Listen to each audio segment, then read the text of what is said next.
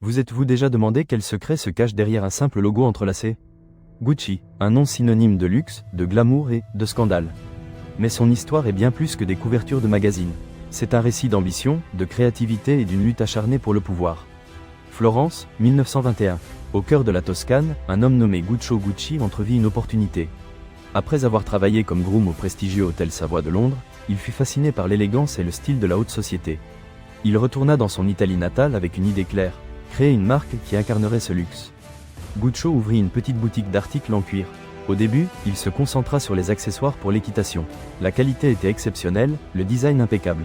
Bientôt, l'aristocratie florentine devint sa clientèle privilégiée. Le bouche à oreille fit le reste. Mais les temps étaient difficiles. L'Italie de l'après-guerre luttait pour se relever.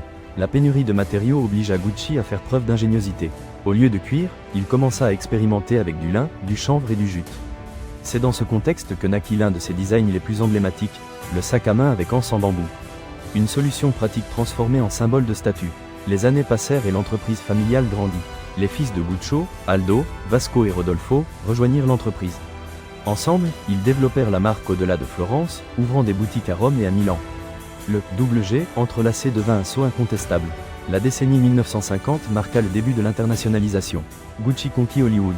Des stars comme Audrey Hepburn et Grace Kelly arboraient ses créations, propulsant la marque à la renommée mondiale.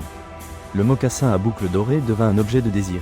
Gucci était synonyme de sophistication italienne. Mais le succès entraîna de nouvelles tensions. L'ambition démesurée et les luttes intestines entre les héritiers de Guccio commencèrent à saper les fondations de l'entreprise. Aldo, le fils aîné, prit les rênes d'une main de fer, mais sa soif de pouvoir suscita du ressentiment parmi ses frères et, plus tard, parmi ses propres enfants. La décennie 1980 fut un tourbillon d'excès, de litiges juridiques et de tragédies. Paolo Gucci, petit-fils du fondateur, fut renvoyé de l'entreprise par son propre père, Aldo. La vengeance de Paolo ne se fit pas attendre. Il filtra des informations confidentielles aux autorités fiscales, ce qui conduisit à l'arrestation et à l'emprisonnement de son père pour évasion fiscale. La situation atteignit son point culminant en 1995, lorsque Maurizio Gucci, un autre petit-fils de Guccio, fut assassiné par un tueur à gages engagé par son ex-femme, Patrizia Reggiani. L'affaire choqua le monde et révéla le côté sombre de la dynastie Gucci. Ambition, trahison et meurtre, l'histoire de la famille était devenue un feuilleton digne d'Hollywood. Et c'est là qu'intervient le mythe, la rumeur qui a poursuivi la marque pendant des décennies. Gucci était-elle maudite? Certains pensaient que l'ambition démesurée et la cupidité de la famille avaient déclenché une force sombre qui les a poursuivis jusqu'à la tragédie. D'autres l'attribuaient simplement à la fatalité et à la nature humaine. Mais ce qui est sûr, c'est que l'histoire des Gucci a alimenté la légende d'une marque enveloppée de mystère et de fatalité. Après la mort de Maurizio, la marque fut au bord de l'effondrement. C'est alors que Tom Ford, un jeune designer américain, arriva pour révolutionner la firme. Sa vision audacieuse et provocatrice revitalisa la marque, attirant une nouvelle génération de consommateurs.